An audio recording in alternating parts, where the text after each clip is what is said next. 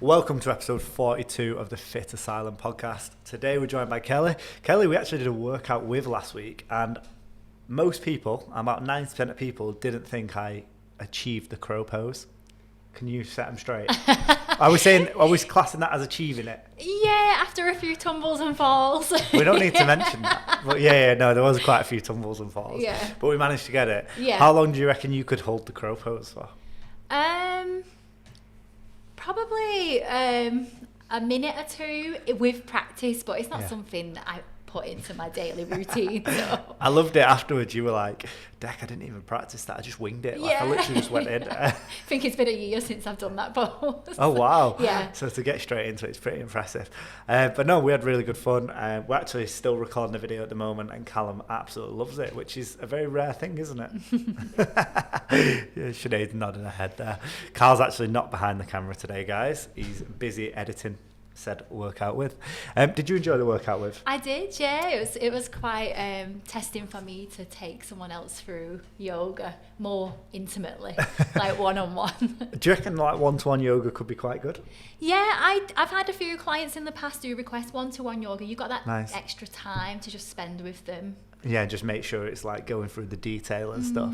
And obviously today we're doing a podcast. Last week we did the workout with.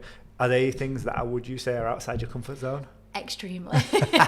We always find that. Yeah, but I do like to be scared of doing something but make myself do it anyway. That kind of is the theme of what I got from last week, where you were talking about constantly upskilling yourself, learning, getting better. So do you want to tell people how you qualified, what you qualified in, because there's quite an array?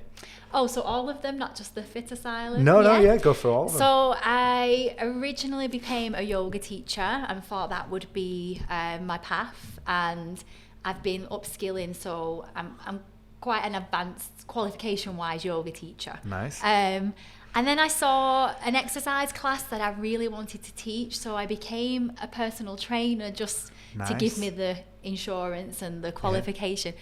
Then an extreme hip-hop step instructor. Nice. And then I saw the sports massage course with Fitasylum, did level 3, went straight on to level 4 because I just wanted more. And that's where I'm at today. So guys, let us know, are you someone who just loves to learn? Get in the comments, what kind of qualifications have you done? What's the funniest qualification? Like I had a student recently, she was telling me she's doing a knitting course while her company's closed for 2 weeks. I was like, oh, that's very interesting. Yeah. She's like, I just love learning and doing courses, which is pretty cool. She likes the meeting other people as well. Yeah. Which is pretty cool. How did you find level 3 and 4 with us? Great. I love anatomy. So when I was on level 3, it came quite easy and natural, especially if you're coming from an exercise background. Yep. And then level 4 was much more in depth, more right up my street, wanting to learn more, but still really enjoyable. Yeah. That's good. I mean, I remember Sinead went down and did some filming, and she was like, this student is really good, really good. And I was like, wow, that's such high praise. Oh, thank you. And it was lovely to meet you last week. First time ever meeting you. And I see you twice now in the space of a week.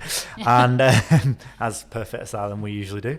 And who did you have for your both courses? Was it Nate for both, or did you have different? I had Roger for level 3. Nice. And Nathan for level 4. Nice. Yeah. Nate's amazing. I always say he's the best tutor ever. I think he was a really good one for level 4 as well, with it being so in-depth. So detailed, isn't it? And the minutiae that are involved in that, he's so good at. I did a level 3 sports massage with Fitasylum, and it was quite fun.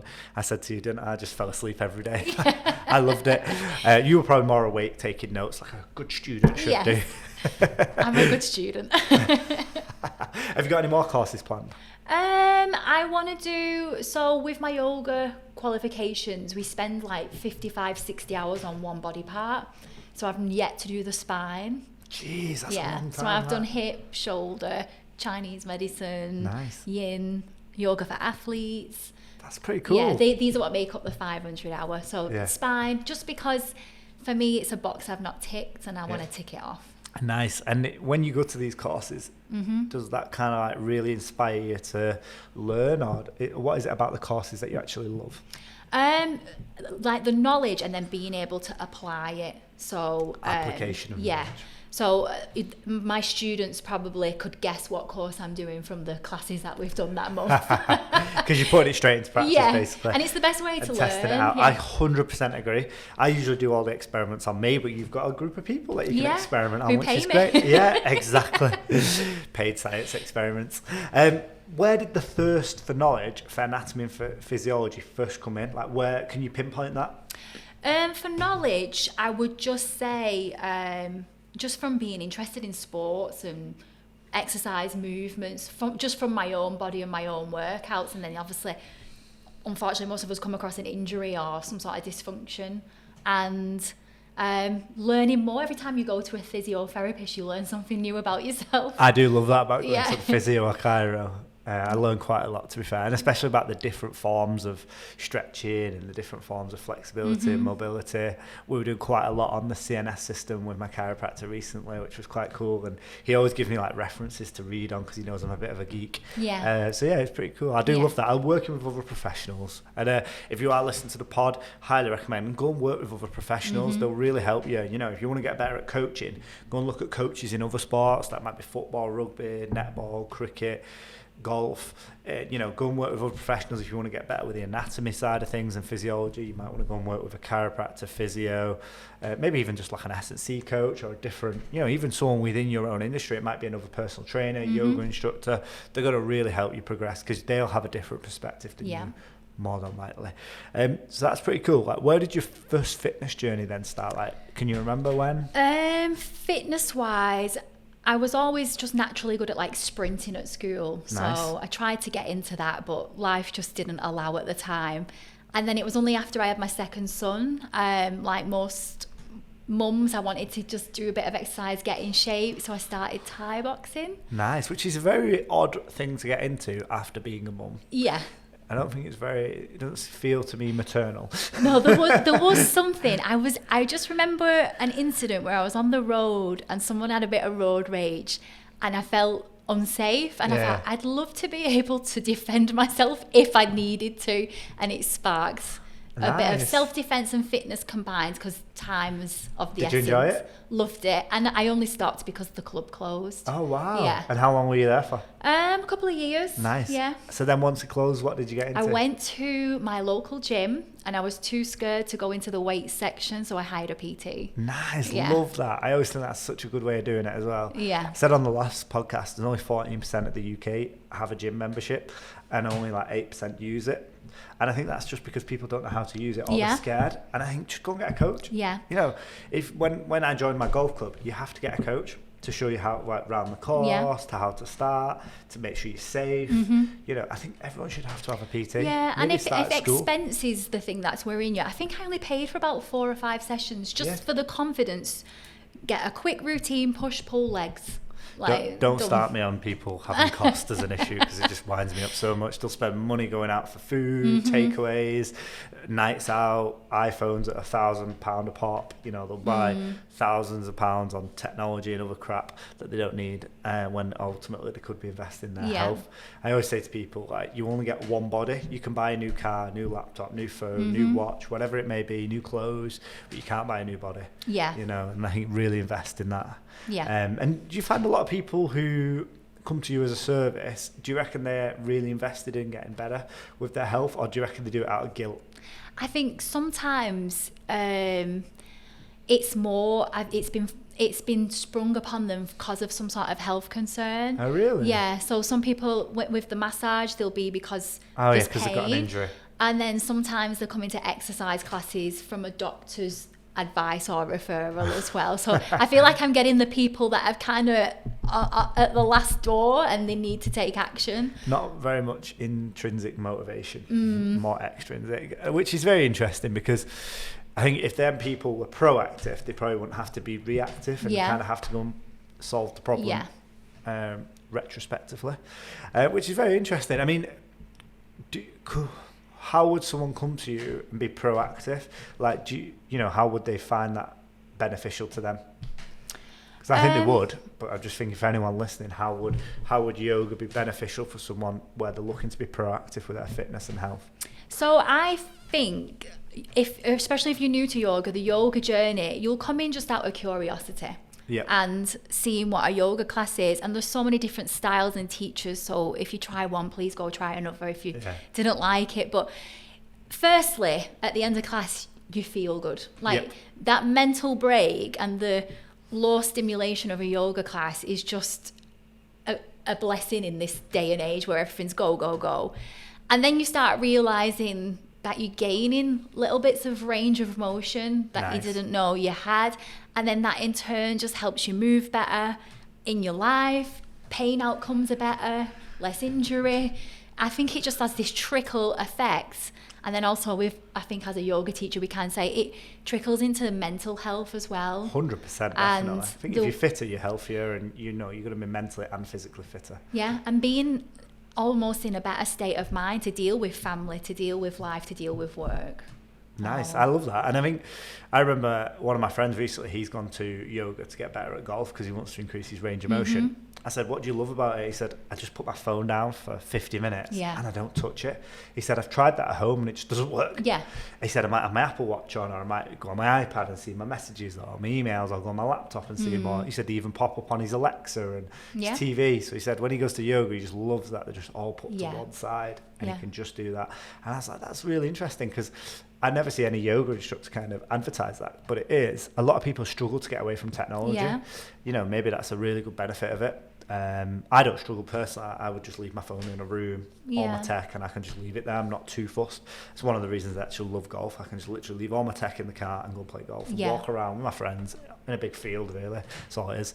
And with yourself, like, how would you describe what your yoga does? Because it's a little bit different, isn't it?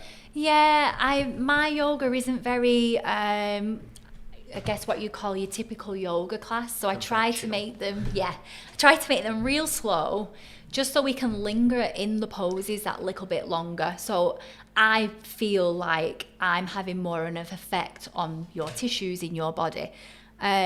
I'm qualified in dealing with athletes, which usually just means dealing with tighter, more restricted bodies. But for me, that is also the general population. 100%. And I always think if you work with an athlete, the more, one, they prioritise the health more. Yeah. Two, they understand the benefits of it. And three, they will usually be better at activating what you need them to activate, or using parts of their body, because they're more self-aware, self-conscious. They just understand how to work the body. So I always prefer working with athletes, to be honest. And what they don't realise is sometimes the work I can do with an athlete, I'll end up kind of doing similar with my ladies who are mainly retired. Might just be more intense. Yeah, and I do a lot of myofascial release, so I'm the yoga teacher that turns up with massage balls. I loved our session. Yeah. You said to me, you were like, oh yeah, there's lots of different things to keep you interested, and that really resonated with me, because it might sound juvenile, but it actually is really important to me, because I really enjoyed it. Oh, what does this do? What does that do? I think it just sparks your interest. Yeah. It's like shiny things, isn't it? Like new things.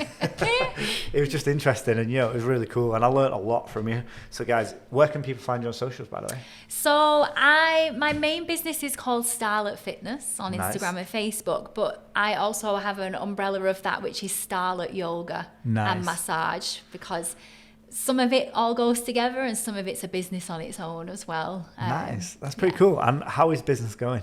It's good. At this time of year, I think everyone in the fitness industry, we're just hanging on till New Year when people are going to kick it up a gear. Yeah, but it's good. I always recommend to people, if you like for PTs, I say to them, if it's quiet in December, don't worry, it'll be busy in January. But I also say, don't worry about it. Just take that time for yourself, because just it's a natural ebb and flow of business. Yeah. So just enjoy that kind of quieter period, or prepare and be really ready for January. Yeah, which is cool. And you have a subscription base, is that correct? I do. So because I run classes in my community, and obviously the idea being that I want people to move frequently. Nice. If cost is going to be the thing that stops that, then my offering was, I offer a monthly fee of £40, and then those people can come to as many classes of mine as they want that month. Which is so good, because like £40 is probably like just above average what a gym membership is, and you're getting effectively a coach to teach you through some sessions and programming and stuff, which is excellent. Such good value. So if you're someone who perhaps goes to the gym, doesn't know what to do, and is really struggling, maybe look for a similar service. And obviously if you're in Wigan, hit Kelly up. Do you know what was really funny after we did our session? someone messaged our Instagram, didn't they, and said they were signing up to your session. Yeah, cool. So Ashley, if you're listening, Great. make sure you look out for her. Yeah, hopefully she turns up, and we obviously messaged her and said, yeah, definitely go and check it out. Yeah. It was funny, it's because I think because we tagged your business and where we were, she was like, oh, I looked at that the other day. How weird's that? Yeah, I love those little coincidences. It is the power of social media. Yeah. How do you find social media? Exhausting. It's quite hard, isn't it? Yeah. Yeah, and trying to get on, but especially when I'm not that tech savvy anyway. Like, I got my 14-year-old son to make my website. Really? Yeah. It doesn't interest me, but it has to. So I am making a more conscious effort to try keep putting more content up there. That's good. I mean, you probably get most of your clients from word of mouth. Yeah. And I don't think there's any problem with that. I think that's probably the most prevalent way of marketing still. Mm-hmm. But obviously social media has become so big recently, especially over the last 5 or 10 years. But I don't believe everyone has to do it. Yeah. You know, I think there's a lot of established businesses like yourself who can rely on that word of mouth, but then build their social media up slowly. Yeah. Because obviously it's going to help you build a credibility, a little bit more awareness, kind of a little bit more reach. And what sort of content would you like to post then? Have you got an idea? I would like to do more with the massage. Nice. But it's just having that confidence to film, and obviously the consent of whoever you're doing the filming with, you've got to take that onto board. Yeah. Angles, you need another person for the camera. You know, I suppose it's quite difficult, isn't it? Like as a full production. Yeah. So if you're watching this, you know what you can't see is we've got lights, cameras, extension leads everywhere, obviously microphones, the little box that collects all the audio, a producer, a laptop. So all these things that people often don't see or understand. I started a podcast years ago and it was awful. It was literally just me plugging it into my laptop, a microphone. Yeah. It was dreadful, but this setup is a lot better. That's awesome. And I mean, have you got any big plans for 2024 then to either create content? I can see like a little YouTube series or an Instagram series, taking people through some forms of yoga, maybe even teaching them a pose. Yeah, like I need to. It's something I think I'm just hesitating with, probably because I need to do it. I have massage clients and I'm trying to give them stretches and ideas to and I think I really should do an online video library 100%. Of all these stretches and the myofascial release. And you could have like an app that like sends it them and stuff. That's pretty cool. Like you can program for them. There's so much potential, and I think next year the dream would be my own premises. Oh, that's quite big. What sort of premises would it be? Would it just be yoga? No, I want to run everything under one roof, like gym, the classes, yoga, massage. That's pretty cool. And so next year when we do this again, you're going to have your own little premises. We'll see. We may even record it in Kelly's that'd premises. Be great, yeah. What would the name be? Have you got a name for it? Or do you not think want to say? I'm still sticking with Starlet Fitness for now. I like that. Yeah, I want some consistency with that. Yeah. And will it be in the lovely place that is Wigan? Well, ideally, but maybe I can't be too fussy about that. Wigan's pretty cheap, you'd be all right. No, I love that idea. So you kind of like have a big space where you would go through yoga, classes, massage, all that sort of stuff, which is fantastic. You know, guys, let us know in the comments, would you sign up to something like that? Would that be of interest to you? Because I know for me, like if I want to go to yoga, we had to go to Tribe Yoga. And then I want to go to the gym, I have to go somewhere else. My massage person is somewhere else. So, you know, it's very interesting that that's what you want to do. And how far are you along the way of making that happen? Is it literally just starting? Are you partway through? It's just manifesting from the ground up at the minute. Have you been and had a look at any units yet? Only online. Oh, that's exciting. Yeah. So. That's pretty cool. I presume, are you going to do it in like an industrial unit? Or? I think for the size that I'm after, the dream of having these big. I mean, I'm quite lucky that my classes are quite full anyway, but to have a bigger room with a bigger setup, purpose-built studio, because I'm finding my niche is. I'm teaching people who don't feel comfortable going into a gym. Okay. So I'm trying to cater for those people. Yeah. I love that. Then you talked about your niche. How did you find your niche? I think my niche found me. And I think that happens to a lot of people. It's what you're passionate about, but also what you're good at. Because if people are referring you, you're clearly good at it. So that's probably how you ended up with such a large client base, people referring you because you're really good at your job. Yeah. And then obviously you'll get more clients similar to that. Do you do any kind of customer feedback, kind of market research where you're asking them questions on how your service can develop, what made them refer other people, what makes them come back? Obviously, we go down the route of asking for reviews, and I think with me, because I am my own boss and I'm in control, I have to have that ebb and flow of speaking to them. For example, this week, next week alone, I might be changing a class on my timetable. Ooh, so I have So I have to see where the need and the demand is and adjust if necessary. But I have to speak to clients, and so we'll put the feedback forms out or ask questions and get feedback. Nice. I always recommend that, like, you know, speaking to customers. I like to do it every year, kind of like December time. How did you find the service? What did you like? What didn't you like? What can we improve? Yeah. I've got these ideas for the next year. What do you think? I think it's pretty good. Yeah. So again, give a shout out to your Insta. So Starlet Fitness, or you can get me on Starlet Yoga and Massage if that's more up your street. Nice, guys. And thank you very much for joining us on the welcome. podcast. Did you enjoy it? I did, yes. Thank you very much. Good stuff. Was it what you expected? It was just a nice casual chat. It was nice and friendly. It was great. Awesome. And guys, if you are interested in jumping on the podcast, leave us a comment below. Thank you very much for sharing, liking and commenting on the podcast. And that's episode 42. Thank you very much, guys. Thank you. Thank Well you.